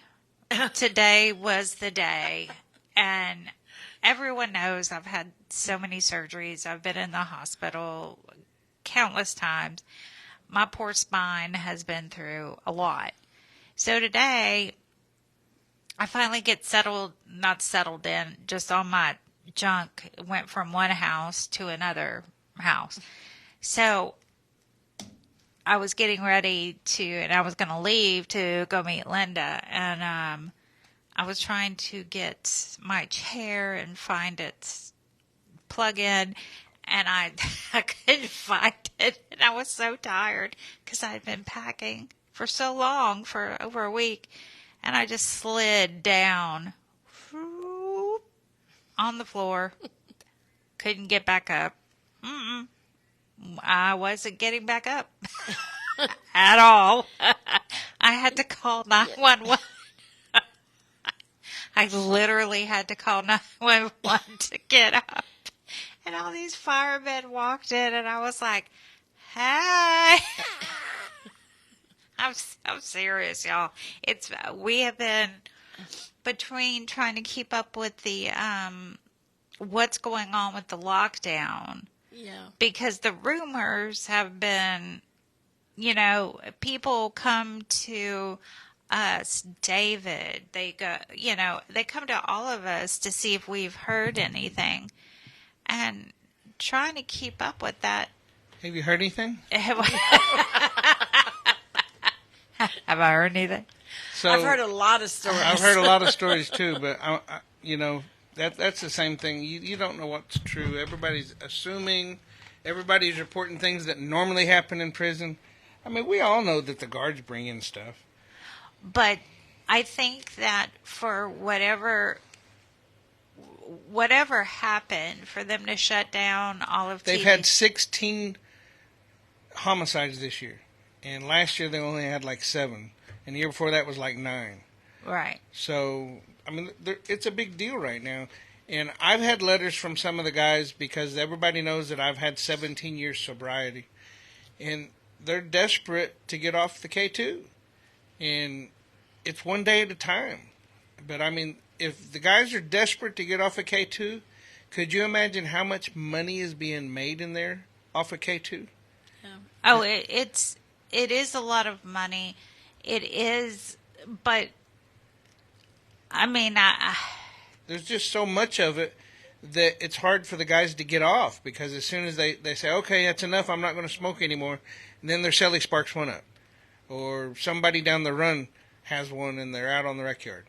I mean, I'm not giving up anything that's going to bust everybody. They all know it. You smell it. As soon as you can be in the dorm and you just smell it. Everybody that's smells it. That's what I've heard, that you just, everyone, but they're doing it, and it's not just one unit. You hear about it from different units, that these younger people are smoking it out in the open in front of the officers, and the officers don't care, and it's coming from different units. You hear the same repeated thing. So it's not like you can't, it's not something that you make up. The scenario is coming, the same scenario coming from different units.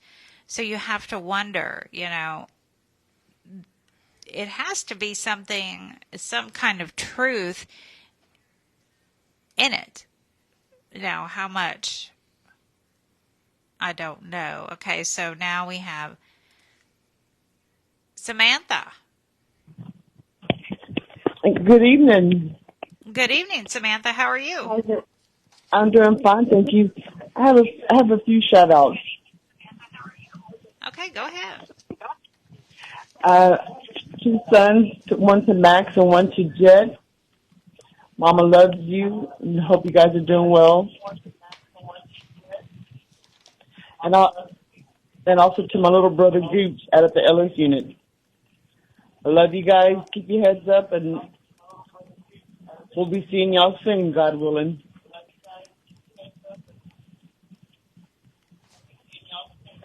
Okay. Do you have any more? That's it. Thank you so much. All right. Thank you. You have a great weekend. Likewise. Thank you so much. Bye-bye. So let's change subjects a minute. Do you remember watching That 70s Show? Yeah. Do you know who Stephen Hyde was? No. The red-headed curly guy? Oh, yeah. And he stayed with him for a little while, and then the mom... everybody liked him. Anyway, that was Danny Masterson. And Danny Masterson has just been convicted of 30 years. Yeah. So it's kind of sad, but at the same time, I mean, if you commit the crime, you need to do the time. And just some celebrity news, some of the prison news. And then Pennsylvania's got an escape going on.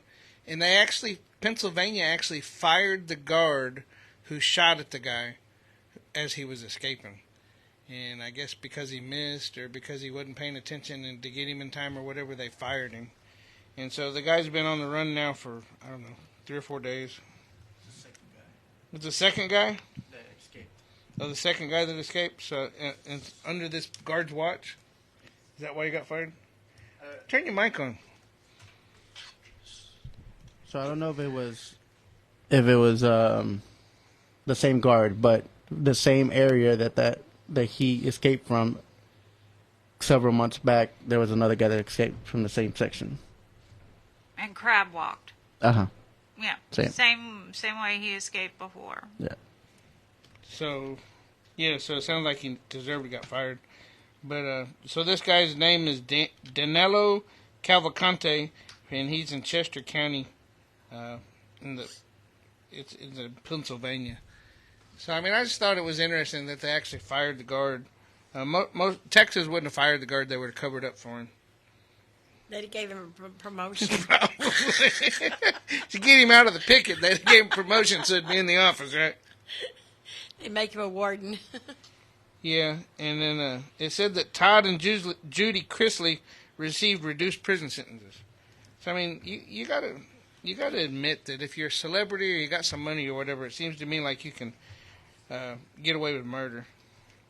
What did Todd and Julie Chrisley do? Do you guys know?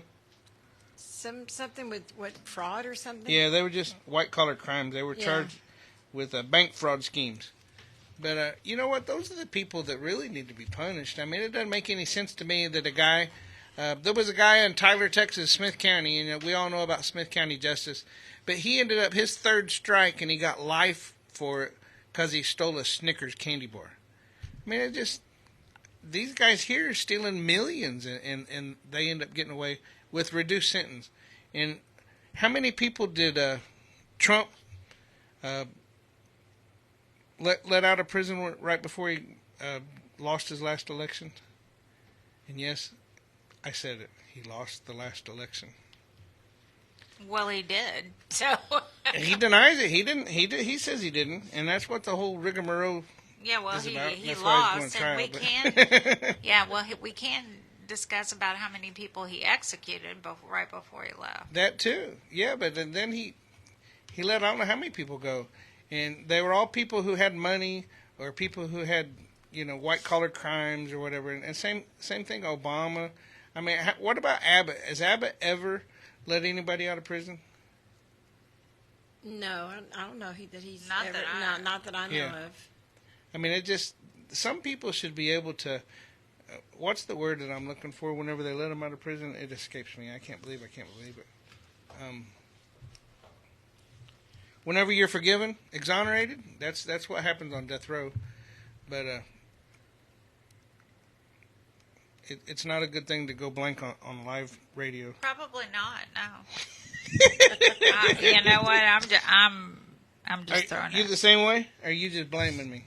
I'm blaming you. So keep on interrupting me, man. I'm trying to get Javier to talk. He got upset with me a while ago and told me that I was being racist because I told him I wanted to hear him talk more Mexican.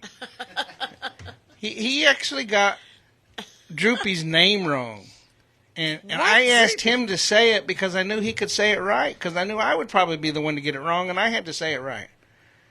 So, I was saying it really fast, and I was trying to. You called him Martinez. That man's name's not Martinez. No, your name's not. Javier. What if I called you Jonathan? Would you like that? What did I call you? I called you something a couple weeks ago. Xavier. Yeah, well, that's close. That's close. Hey, it's close. And tonight, all you could say was, hey. He's got his hair down, guys. So he comes walking in, and she's just all, I know, I'm like that. No, I was still thinking about the fireman. Oh, yeah. I'm going to start falling every night. It's like, hey. So they have a steady gig, huh? Yeah. You're so funny. Marina's. Most of his albums, though, just say Droopy M. So I don't know. Is that like his stage name or something? Yeah, it looks like it is. Who are y'all talking about? Cause Donovan Martinez. He used to call us, and then he got out of prison, and he came to see us, and then he got out, and he made his first album, and now he's got. I don't have. Oh, that was the 2 songs that we put on. Yeah, we played the 2 songs tonight. Okay. But he's got like 10 or 11 of them out there on. I put a link to Apple Music with all of his albums out there. So I mean, the dude's really doing good. And I mean, he posted, and I put it on the Facebook page. This is proof of what we ex-convicts, as we get out and we put our minds to it, that's what we can do. We're all successful. I mean, there's so many of us that get out, and we do so good. And there's no reason for Texas to hold their foot on our neck. But yet they try it. But yet we all do great. I mean, not bragging or nothing, but I've been out 13 years. I never thought I'd be out 13 minutes, let alone 13 years. And but Droopy's doing great. Freddie's doing great. How many of us have gotten out that are doing great? I mean, I was watching some podcast, Forgiven Felons with J. Dan Gum. He does great. I mean, he's doing good. He's got out. There's just so many guys that What about Joe Donaldson? Joe Donaldson did time. He's been out a long time. He's been a lot longer than I have. Dewey was on our board for 20 years. I mean, once you get out, you realize what's going on. You try and make the next right decision. You do the best that you can, one day at a time, and next thing you know, you've been out. I've been out 13 years. So, I mean, it's great. It's great to see guys get out and stay out. And Droopy's doing great, and I'm going to play. Every time he drops another album, I'm going to play it. So, Droopy, you've always got a place on the prison show. So, you ought to listen to it, Danny. You like that kind of music? No. I don't. But I would like to ask the guys and women that for them to write to us and let us know or ask your people to send us a message on Facebook. Let us know what kind of food you're getting during this lockdown.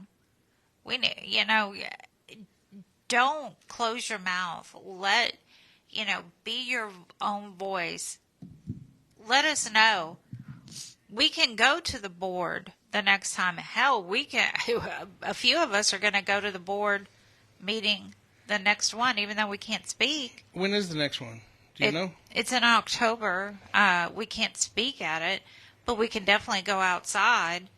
The next one that we can speak at is in April. Can you go inside and watch it, or do you just have to stay outside?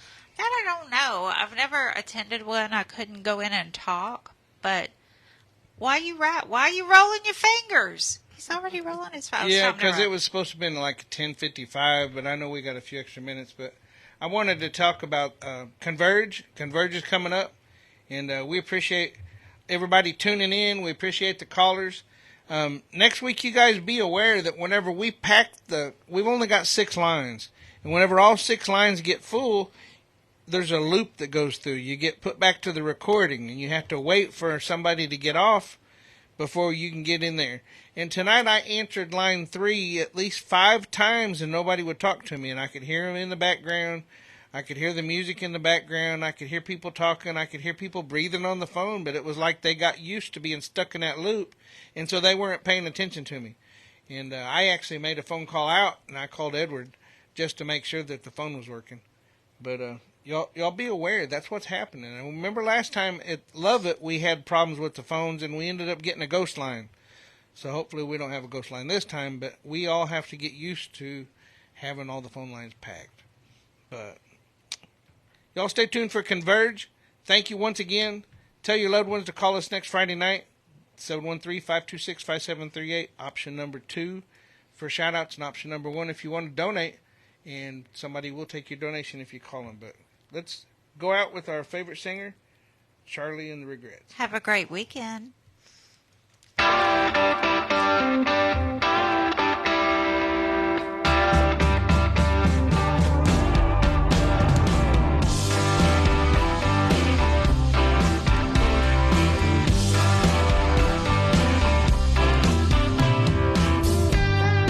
Daddy, I'm coming to see you.